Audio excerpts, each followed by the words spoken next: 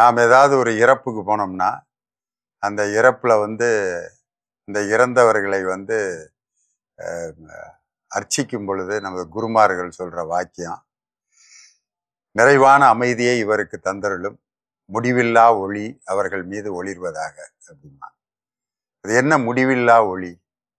எந்த நேரமும் அவர்கள் இறைவனிடம் மகிழ்ச்சியாக இருக்க வேண்டும், நிரந்தரமான ஒளி அவர்களிடம் இருக்கணும். ஆனா என்னை விட்டு பிரிந்த உறவினர்கள்ல இன்னைக்கு வரைக்கும் என் மீது மிகப்பெரிய பாதிப்பை ஏற்படுத்திட்டு இருக்கிறது என்னுடைய அப்பா, என்னுடைய தந்தை.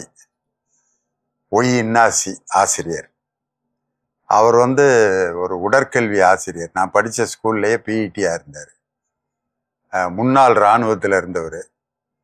இது ரெண்டும் இருந்தாலே வீடு எப்படி இருக்கும்னு உங்களுக்கே தெரியும். ரொம்ப கண்டிப்பான ஒரு அப்பா.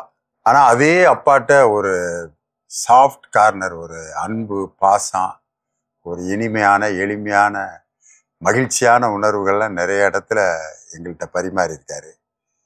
ஸ்கூலில் ஏதாவது டீச்சர்ஸ் மீட்டிங் நடக்கிறப்ப ஸ்வீட் காரம் இதெல்லாம் கொடுப்பாங்க. அதை எல்லா டீச்சர்ஸோடையும் உட்காந்து அவர் சாப்பிட்ருக்கலாம்.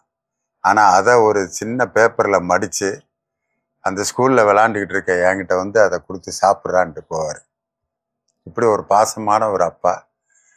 இதோடு அவர் திண்டுக்கல்ல இருக்க பங்கு ஆலயம், புனித வளனார் ஆலயத்தில் கிட்டத்தட்ட 40 ஆண்டு காலமாக உபதேசியாராக இருந்தார்.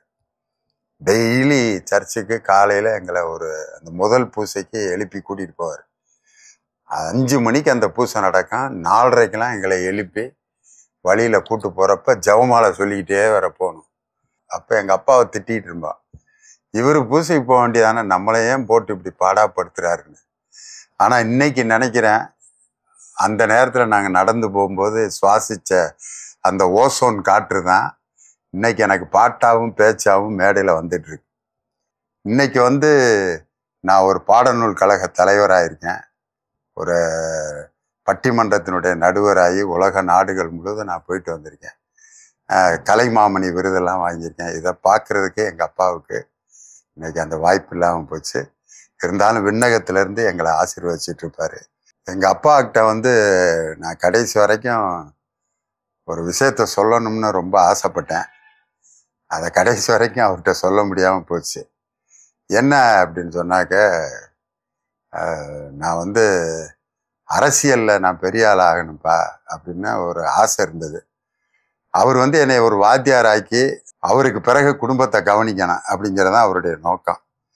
ஆனால் எனக்கு அரசியலில் மேடையில் பேசி அரசியல் பொதுக்கூட்டங்களெல்லாம் பேசணும்னு ஒரு ஆசை இருந்துச்சு. ஆனால் அன்னைக்கு நான் அதை சொல்லியிருந்தேன்னா என்னை 5 நாளைக்கு அடிச்சிருந்துருப்பார். கடைசி வரைக்கும் இந்த ஆசையை அவர்கிட்ட சொல்ல முடியாமே போயிடுச்சு. ஆனால் இன்னைக்கு அந்த ஆசையை அவருடைய ஆசீர்வாதத்தில் இன்னைக்கு ஒரு பெரிய கட்சியினுடைய கொள்கை பரப்பு செயலாளராக இருக்கேன். ஒரு அரசு பொறுப்பில் பாடநூல் கழக தலைவராக இருக்கேன். இதெல்லாம் விண்ணகத்திலேருந்து எங்கள் அப்பா பார்த்து அவன் சொல்லாமே இந்த விஷயத்தை செஞ்சிட்டான்னு சந்தோஷப்பட்டுட்டு இருப்பார். இது மாதிரி நம்மளை விட்டு பிரிந்த நமது உறவினர்கள், அன்பு பாசத்தோடு இருந்த நமது ஆன்மாக்கள் முடிவில்லா ஒளியில் அவர்கள் அமைதி அடையணும்னு நம்ம தான் வேண்டிக்கணும்.